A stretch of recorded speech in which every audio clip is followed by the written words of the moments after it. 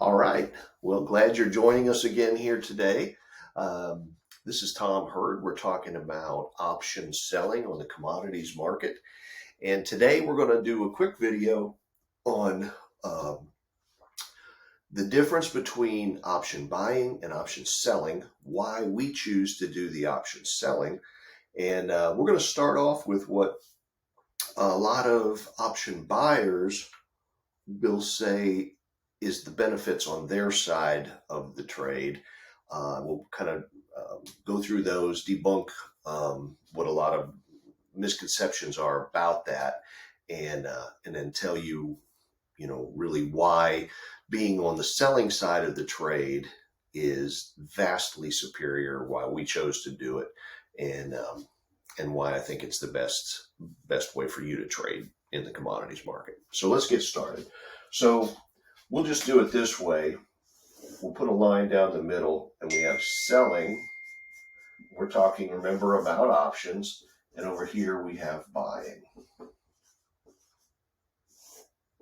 Okay, so remember we talked on a previous video that every trade that happens in the markets, whether it's stocks, commodities, futures, Bitcoin, anything, there's got to be a buyer, there's got to be a seller. That's the way the market works. All the market does is bring the buyer and the seller together, but there has to be one of each.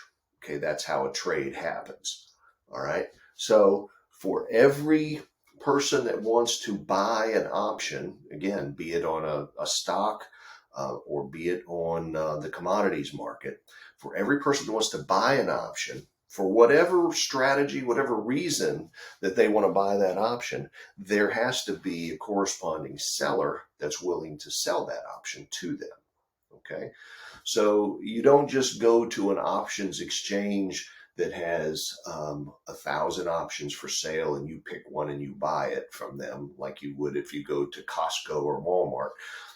It's just the exchange is just, again, like I said, it's just a clearinghouse that brings buyers and sellers together, helps them find each other, and you have one buyer, one seller, and the trade is made. Okay, so why would you be a buyer for an option? Why would you be a seller for an option? Okay, so here's probably the biggest reason that people buy options. All right, you have limited risk.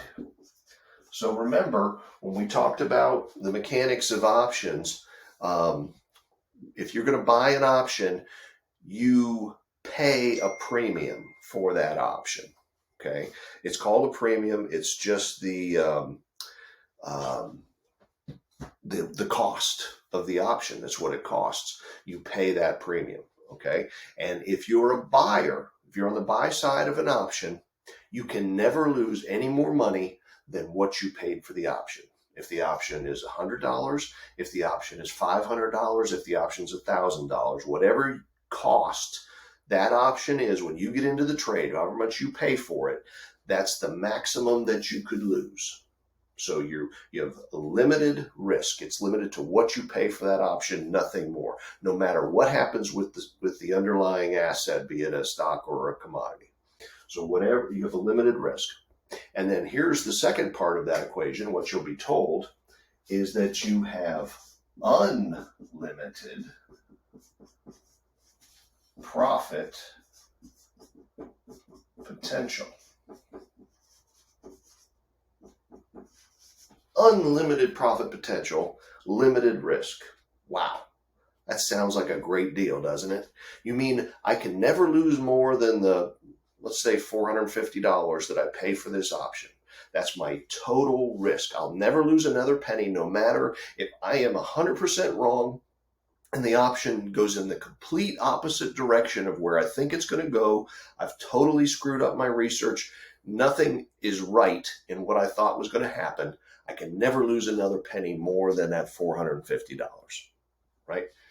But if I'm right and the market goes the way I predict and it goes up to some huge number, I could make millions of dollars on a $450 option. Hypothetically, academically, yes, that is correct. Okay, so if you want to look at just hypotheticals and just an academic definition of how option buying works, you're absolutely right. You can never lose any more money than what you paid, and you have unlimited profit potential. We don't know how much you're going to make. It could be thousands and thousands of percent. Okay, sounds like an interesting play, doesn't it? And it sounds like something that tends to draw the uninformed. I'll say the uninformed, when they hear about options, they think, "Oh my goodness, I've found the holy grail. I'll never lose more than what it cost me, what it paid for it, and I could make an unlimited amount of money." And theoretically, that's true. Now, let's look at the other side. What the option buyers will say, "Oh, you sellers are crazy," because hypothetically, academically, we have unlimited risk. Okay. Hypothetically, we could collect that premium. Remember the premium that the buyer pays? That's, in this case, we're saying $450 for the option. We collect that $450. And if the trade goes the way the buyer thinks it's going to go, that means it goes against us as the sellers. And that unlimited profit potential that the buyer has, well, it's got to come from somewhere.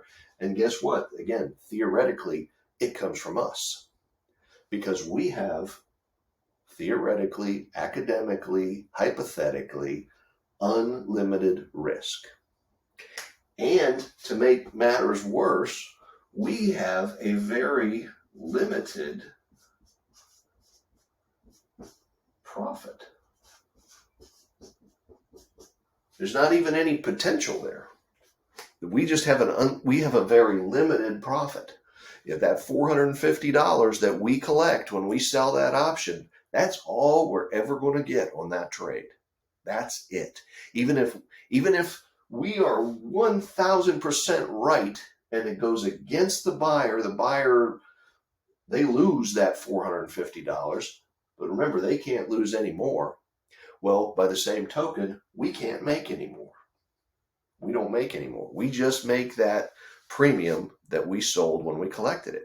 So from just a surface look at this, you would think, "Oh my goodness, why would I want unlimited risk and a very limited profit potential? I could even lose that because I've got unlimited risk. I should be over here on this buy side where I have limited risk. I know I'll never lose more than the $450, and I have unlimited profit potential. It could go to the moon." Okay, so again, uninformed people that don't really understand markets and how they work, will look at these two and they'll say, "My goodness, I'm going to be an option buyer. This just seems so much safer. You guys on the sell side are crazy. Why would you do this? Why would you open yourself up to unlimited risk and only make that little bit of $450 or $200 or $600 or whatever we sell that option for? That's all we'll ever make on that trade." It seems crazy. I understand. But you have to look at it like a businessman, okay? Some of the most wealthy, most profitable companies in the world are insurance companies, right? You go downtown in any big city, and all the skyscrapers are owned by somebody, and many of those skyscrapers are owned by huge insurance companies. Okay, now many times traders, professional traders, will buy options, but in many cases they'll buy them as an insurance policy against a large stock position they have or a large commodity futures position that they have. They may purchase a couple options as a little bit of a hedge. You've heard the term hedge. a hedge against bad things happening, which is essentially what insurance is. Okay, so they'll buy this.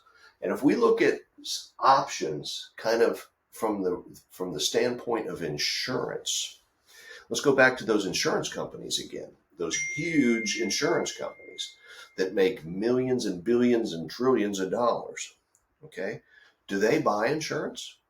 No, they sell insurance, right?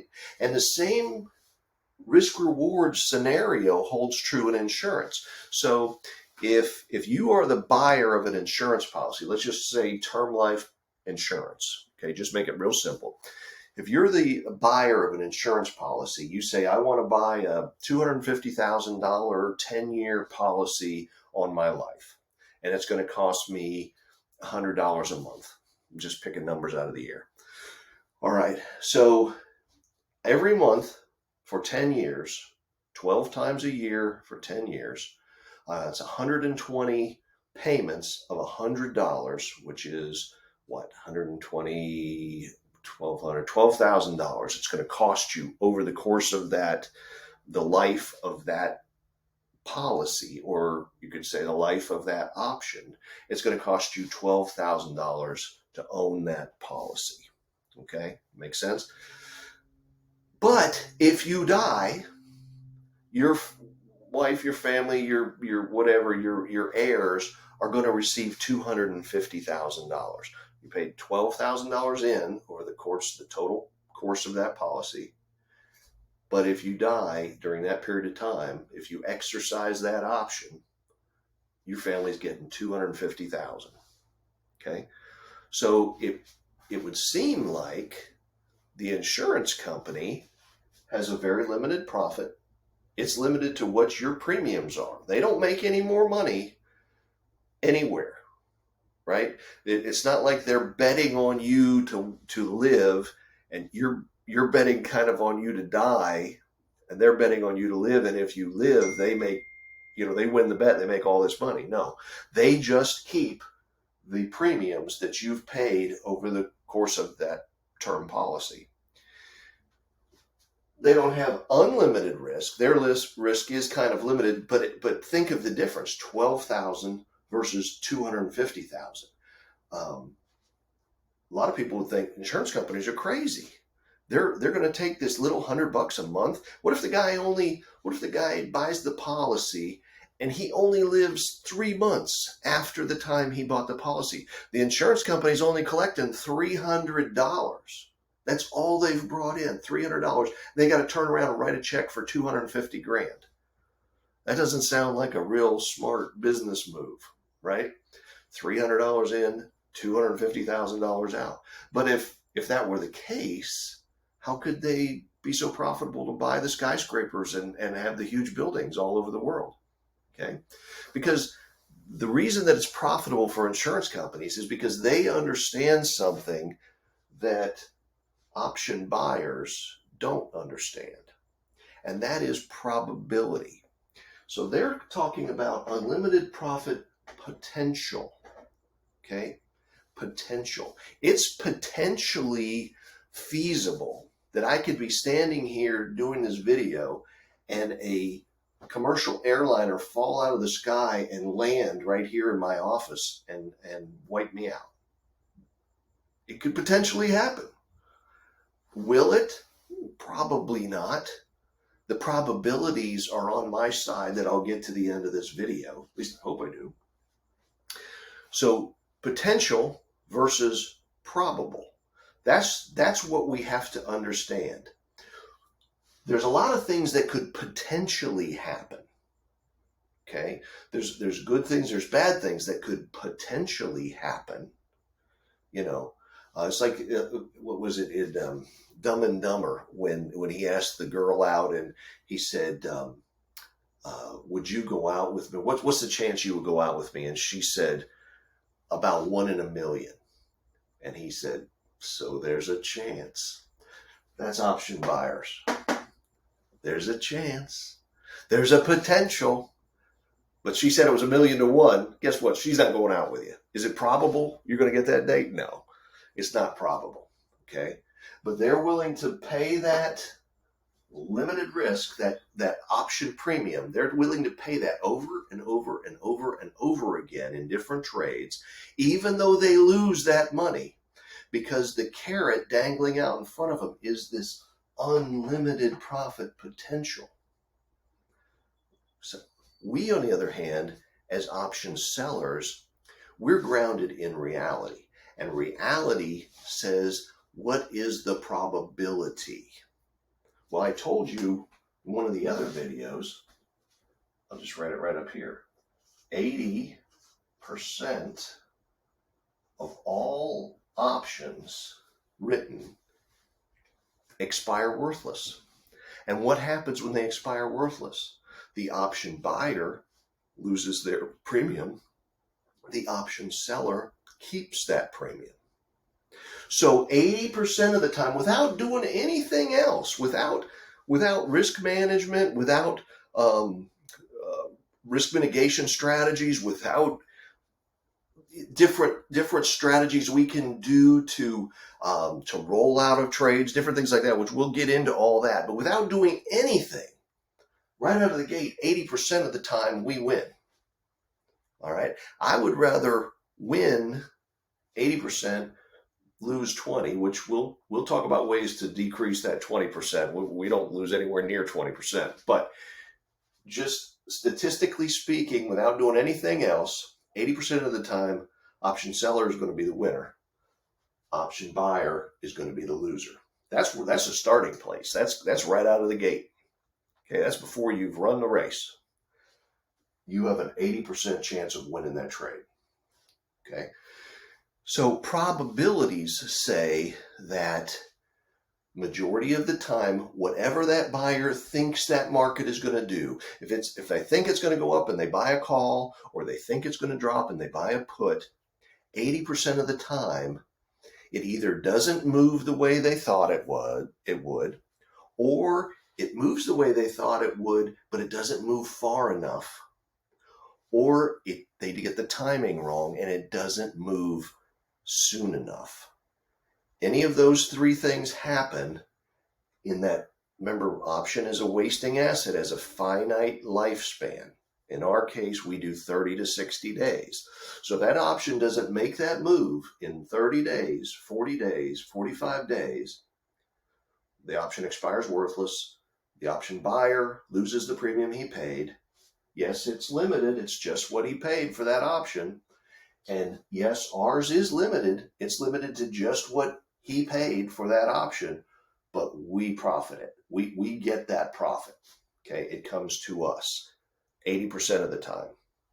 And actually, we'll show you as we get into the nuts and bolts of how to do this, we can get that number up to 90, 95% of trades where we actually make money. Okay, there's a few times we do, just like an insurance company. There's a few times when they have to pay a claim. Okay, but when they've sold millions of policies and collect all those premiums in every month, if they have to pay one claim, it's a drop in the bucket. It's nothing. And they know that by their actuarial tables and everything else, they know people generally live this long when they have these habits, whether they're a smoker, they're not a smoker, they're overweight, they're not, whatever. They understand all of that and they know what is probable. And that's the same thing that we do. We know what is probable when we take that trade. We decide which trades we want to take, which trades we don't want to take. Okay, we decide how far out of the money that we're going to be. So that market has to make a pretty substantial and straightforward move. Even if it starts to move against us, markets reverse all the time. And markets, even on an upward trend, though, up, down, up a little more down, up, down, down, down, up, up, up. You know, they do all sorts of things. We just have to be far enough away. We don't have to be right. We just have to not be 100% wrong. Option buyer has to have direction correct, has to have the magnitude of the move, how far it will move, and they have to have the timing. They have to get all three of those things correct to make money. We don't have to have any of that. An option can move against us as long as it doesn't get as far out as our strike price is where we sold. It can move against us. It doesn't matter. If by expiration it hasn't reached that point, we keep the money. That's just the way that it works. Okay? So I know that, it's kind of looking at trading in an upside down, inside out, convoluted way. And it's sometimes hard to get your head wrapped around it. But you can't just look at blanket statements like this. Option buying, limited risk, unlimited profit potential. Woohoo! Option selling, unlimited risk, limited profit. Wow, scary. Okay, that's the way uninformed, novice traders think about things. But what they wind up doing is they keep feeding the beast, hoping for that big unlimited profit potential move that's going to make them rich with one trade. We, on the other hand, we just take a little bit of money out of the market every day.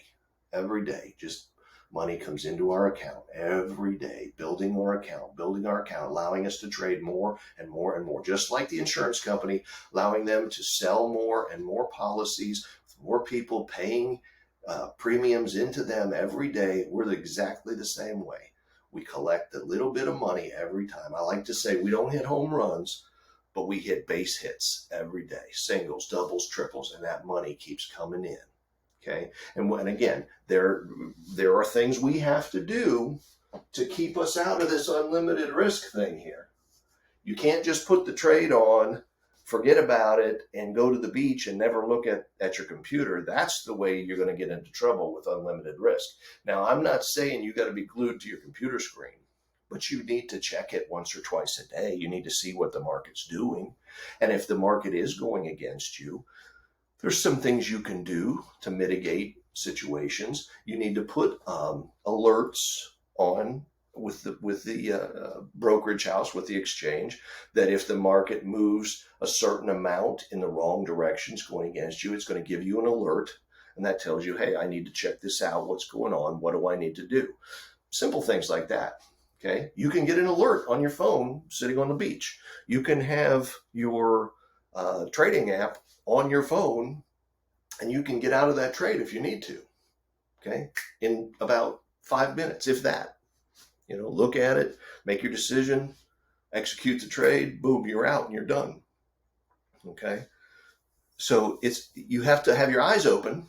You have to know what to do in situations when it goes against you a little bit, because the market's a fickle market. It's going to do a lot of crazy things.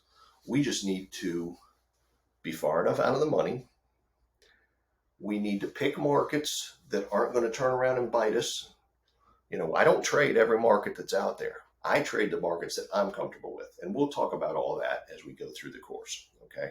But I wanted to illustrate why selling, sometimes it looks like the worst choice when you just look at things like this, but why it really is the best. And I'm going to give you one more kind of analogy of buying versus selling, another way to look at it. Okay, let's say that you're a meteorologist, a weatherman. Okay, now let's say, and I'm not an artist, as you probably have already gleaned, let's say this is the USA. Here's the Atlantic Ocean, and somewhere over here is Africa, Europe. Okay, again, forgive my drawings there. Okay, let's say this is the map. Okay, and you're a meteorologist, and way over here near Africa, a storm kicks up. Okay, you got a hurricane start. No, it's not even a hurricane. It's a tropical storm, tropical depression. It's starting to kick up over here. All right. And because of the trade winds and the way that the currents are, we know that this storm is going to move in this direction towards the United States. Okay, it happens every year. Now, if you were option buyer, remember what I said, option buyers have to be correct about the movement of the market, whether it's up or down, the direction, the magnitude, because they're usually buying out of the money option. So it has to be a big enough move to get up to their strike price or pretty darn close for them to make any kind of profit at all. And they have to be right about the timing. It has to happen now. It has to happen within these 30 days or within these 45 days. Okay. So they've got to be right about all three of those things in order to make money. We, as the option sellers, we don't have to really be right about any of that. The market can move against us. The market can move a pretty good ways, and the market can move fast. Okay, those are things that we do have to pay attention to. Don't get me wrong there, but that trade could still work out to be profitable for us. And we weren't right about anything. We don't have to know where the market's going. We just have to know where it probably won't go. Again, probabilities. So we've got this hurricane, back to our analogy. We've got this hurricane that's headed across the Atlantic. A meteorologist who is kind of looks at things like an option buyer, he needs to get on TV and he needs to tell people this hurricane is going to make landfall in Jacksonville, Florida. Okay, so the hurricane's still on the other side of the Atlantic Ocean. He's got to say this hurricane's going to make landfall in Jacksonville, Florida, and it's going to be here in 2 weeks, and it's going to be a Category 5 hurricane. He's going to have to be right on all those things to be the top meteorologist ever. Okay? To make that home run, that big win. He's got to be right that hurricane, after traveling all the way across the Atlantic, it's only going to take 2 weeks. It's going to be a Category 5 hurricane. It's going to make landfall in Jacksonville, Florida. He's got to be right about all that. Now, me, on the other hand, as an option seller, I just have to pick a spot anywhere on the whole eastern seaboard of the United States, and I have to say, guess what? I don't think that hurricane is going to hit here. I'm going to pick this spot right here, and I don't think the hurricane is going to get there. I don't think that's where it's going to hit. It could hit anywhere else, any point of land from Maine to Florida on the eastern seaboard of the United States, and I'm right because I'm saying it's not going to hit right there. That's the only place where I lose money. He loses money if it hits anywhere except right where he said in Jacksonville, Florida. Right? I make money if it hits anywhere except that one point. That's where I position my trade. That's the strike price that I sell. And that's how I make money because the probabilities are on our side. They're not on the other side. The potential is on their side. Yes, that hurricane could come all the way across the Atlantic in 2 weeks, hit point blank, pinpoint on Jacksonville, Florida, and it'd be a Category 5 hurricane, and he is right. He is absolutely right. Me, as long as it hits anywhere except wherever that point is right there, Bar Harbor, Maine, whatever that is, that I put my strike price at. So I hope these analogies kind of helped you out to kind of understand potential, which is what option buyers are counting on, is that thing that potentially could, but chances are won't happen. That's what they're paying that premium for. It's like somebody at the roulette table hoping for snake eyes. Okay, the house makes money every time it's not two ones popping up on the dice. It's not snake eyes, but the better, he loses that money every time. Yeah, he's going to make a pretty good return if it does hit snake eyes, but he's going to turn around and bet again and bet again. He's going to lose that money right back. You know, you all know how that works. The house makes money consistently because the house plays probabilities. We're the house. We're the insurance company that collects the premiums. We're on the side of the trade where probability rules. Okay, so hopefully that clears some things up, and we can then begin to get into some of the specifics and the nuts and bolts. But I want you to understand not only the difference between buying and selling options, but the difference in point of view and why we sell options, because there's very specific reasons. And don't worry if you haven't got it 100% figured out in your mind, or it doesn't make complete sense. It will as we move through the course and as you begin to learn practically how to do this and see how trades go on and what happens. You'll pick it up pretty quick. But this is just kind of an underlying primer, I guess, of the difference between the buying and the selling. So I hope that helped. Stay tuned for the next video, and we'll go on from here. Appreciate it.